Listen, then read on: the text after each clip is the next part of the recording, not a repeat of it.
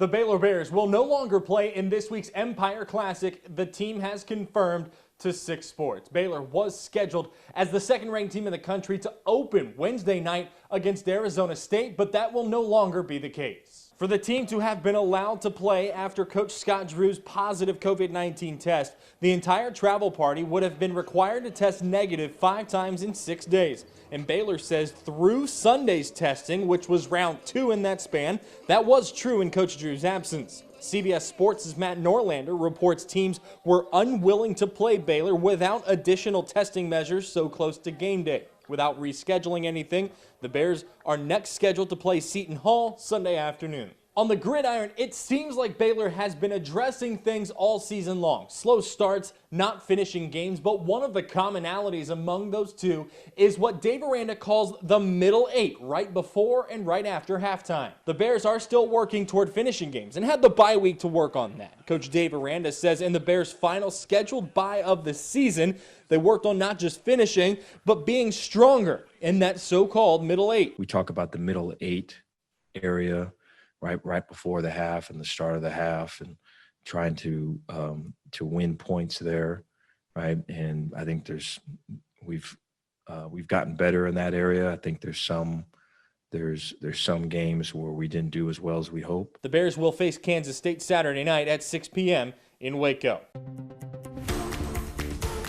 Brace yourself, but the Dallas Cowboys won a football game. With a 31-28 win in Minnesota yesterday, Dallas won its first game, snapping a 5-game losing streak that dated back to when Dak Prescott suffered a season-ending injury against the Giants in early October. The Cowboys were solid all the way around, and it was arguably their best performance of the season with Andy Dalton back under center. Mike McCarthy agreed with that assessment after the game and says now they've got to be able to do something with that type of momentum. This is clearly the most rounded performance, victory that we've had this year. It took us a little longer to get here today, but I clearly think the journey will make us stronger. But we need to do something with this win. It's a tradition the Cowboys playing on Thanksgiving. This year, it's against Washington for first place in the NFC East, kick set for 3:30. In high school football, when you look at the bracket in 3A Division II, one thing pops out. The entire 4-team field that makes up the Region 4 semifinalists is the pool of 4 teams that made it out of District 13. State-ranked Franklin, then Buffalo, Rogers, and Lexington are the 4 teams vying for a berth in the state semifinal. Rogers coach Charlie Roten says with how deep their district was this season, he's not surprised at all. It's a tough district.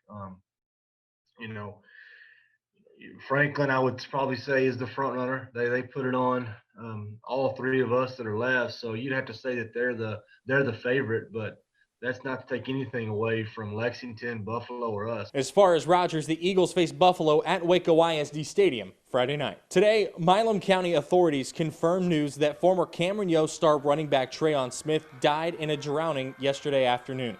Smith was loved around Central Texas and finished his high school football career as the area's leading rusher. Smith played in 3 state title games but suffered a brutal injury against Brock in the 2015 game.